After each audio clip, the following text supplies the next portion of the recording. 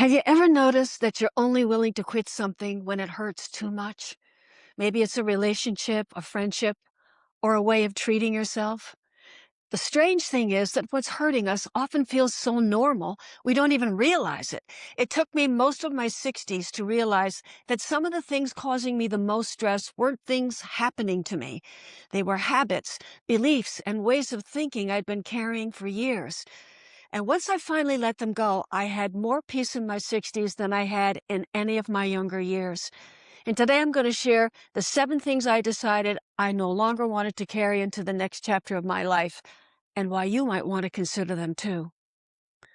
But before I tell you the first one, it's important that you know something. None of these things happened overnight. I've been working on myself for over 50 years through therapy, spiritual studies, self-reflection, and helping others do the same. So some of the things I'm about to share didn't suddenly appear when I turned 60. But this was the decade when I stopped giving lip service to letting go, and I really made the effort to let go of things I no longer needed to carry. And I'll tell you this right now, number 5 really caught me off guard because I had been doing it my whole life thinking it was a virtue. But let's get to number 1 first. The first thing I quit after 60 was living like I had forever. Now, we all know our time here is limited. We know that up here. But there's something about your 60s that makes it feel real in a way it never did before. Maybe it's because you've lost someone in their 60s and you find yourself saying, they were so young. And you realize that illness is no longer something that happens only to old people. It can happen in your 60s as well. But here's the real catcher. In your 60s, you suddenly realize that the future you've been talking about all your life is no longer somewhere off in the distance. It's here, right now.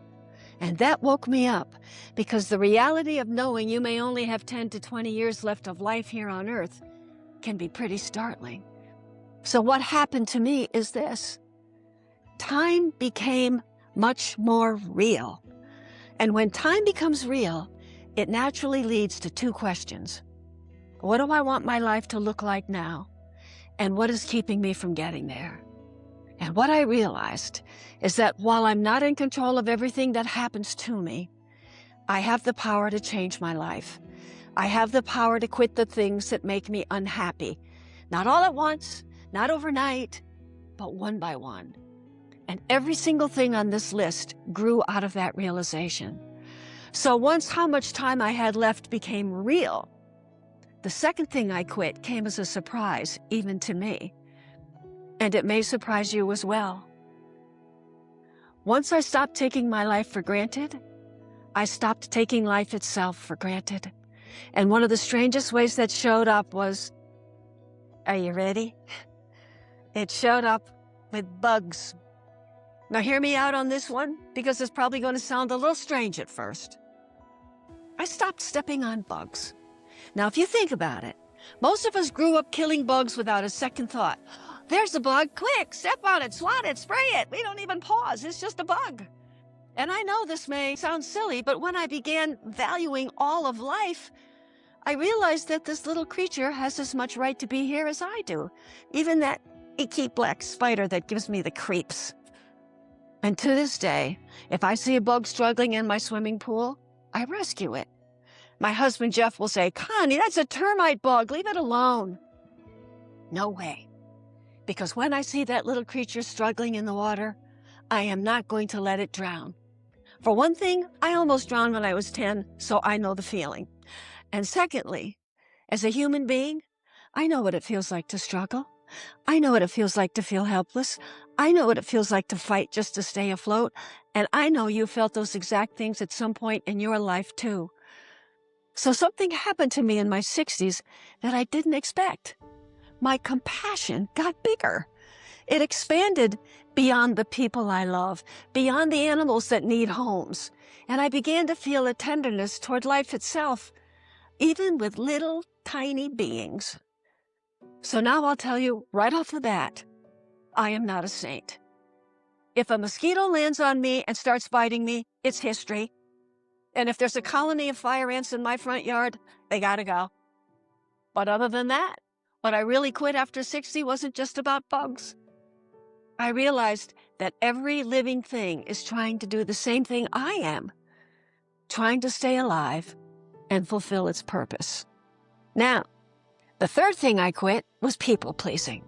All my life, I had been a people pleaser, not rocking the boat, making sure I was liked and everyone was happy. I learned this as a child. I didn't get the love I needed at home, so I went looking for it everywhere else. And in order to feel loved, I had to go along with what everyone else wanted so they wouldn't leave me. But in my 60s, I made a decision. For the first time in my life, I became willing to be a disappointment. I wasn't always going to say yes. I was going to have a voice. I was going to speak up for myself, and I stopped hanging on to relationships that felt toxic to me. And this was a real eye-opener, because when I started speaking up, some people got angry. Some friendships ended. And I think it was in my 60s that I lost the most friends, but gained more of myself. I'm wondering if you can relate to that. Have you ever stayed quiet when you really wanted to speak up? Or have you lost friendships when you did start to speak up? I'd love to know, and you know what to do down below. So when I stopped looking outside myself for love, I finally had to face something I'd been avoiding for decades, something that lives in every single one of us, whether we know it or not.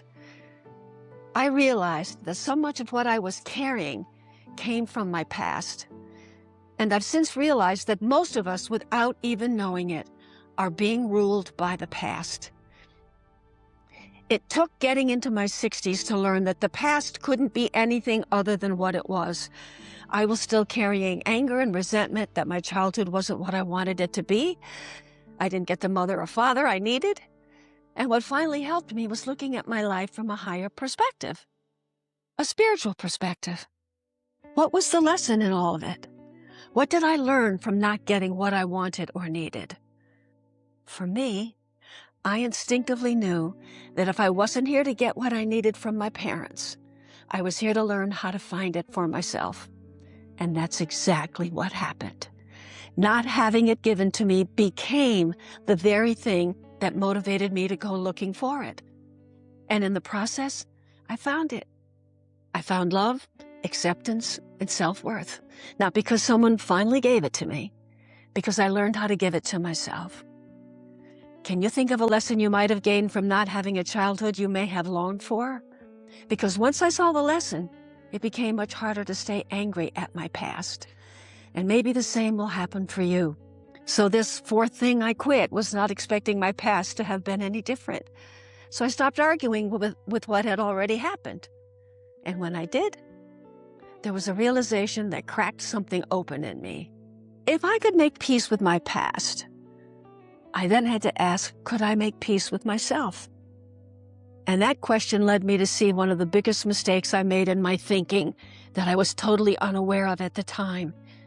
You see, for years, I thought becoming more spiritual meant getting rid of the parts of myself I didn't like. I thought I needed to rise above my ego, transcend my flaws, outgrow all the things that bothered me. But I was completely wrong. I was trying to become more spiritual by being less human. But the truth is, being spiritual means allowing yourself to be fully human without trying to fix everything. I thought growth meant improving myself by getting rid of negative emotion. It never occurred to me that growth means embracing all of who you are instead. So the fifth thing I quit after 60 was being hard on myself. I stopped trying to fix every flaw, every issue.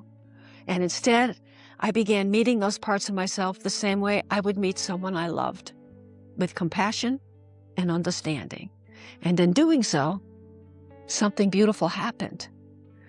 The more I accepted myself, the more I accepted other people, which brings me to the sixth thing I quit after 60.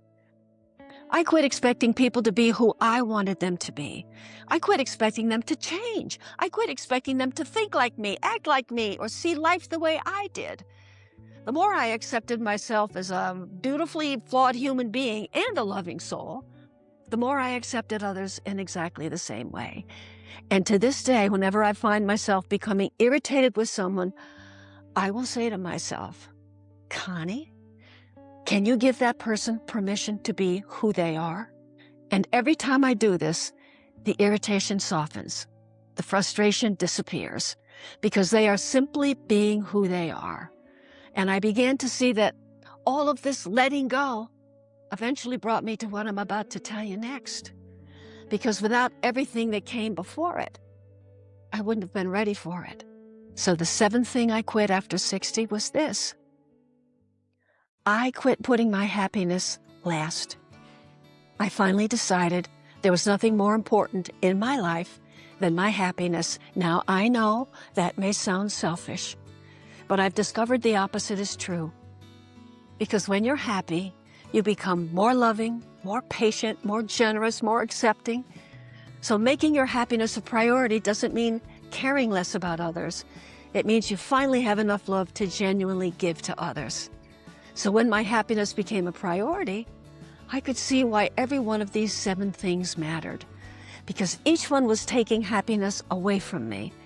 And once I stopped carrying them, life became lighter and I became freer. Not because my life got easier, but because I finally made the decision that my happiness needed to be of utter importance to me. And that decision completely changed my life, and it can completely change yours as well. In fact, I had a person once say to me, "You know something, Connie? You are such a Pollyanna." And it didn't matter to me whether she meant it as a compliment or a criticism, because my reply was simply this. And Pollyanna lived a very happy life. So in many ways, this is what my 60s taught me. Sometimes the most powerful changes in our lives don't come from adding something new. They come from finally letting go of what no longer belongs. So I want to ask you, do any of these 7 things I quit resonate with you at all? Is there one you're still carrying? I'd love to know in the comments, because I read every single one. And if this video spoke to you, I think you'll want to watch my next one, where the journey continues, because letting go is only half the story. There are things I will never, ever give up, no matter how old I am. And those might surprise you even more. So thank you for being here. I so appreciate it, and I'll save you a seat and see you in the next video.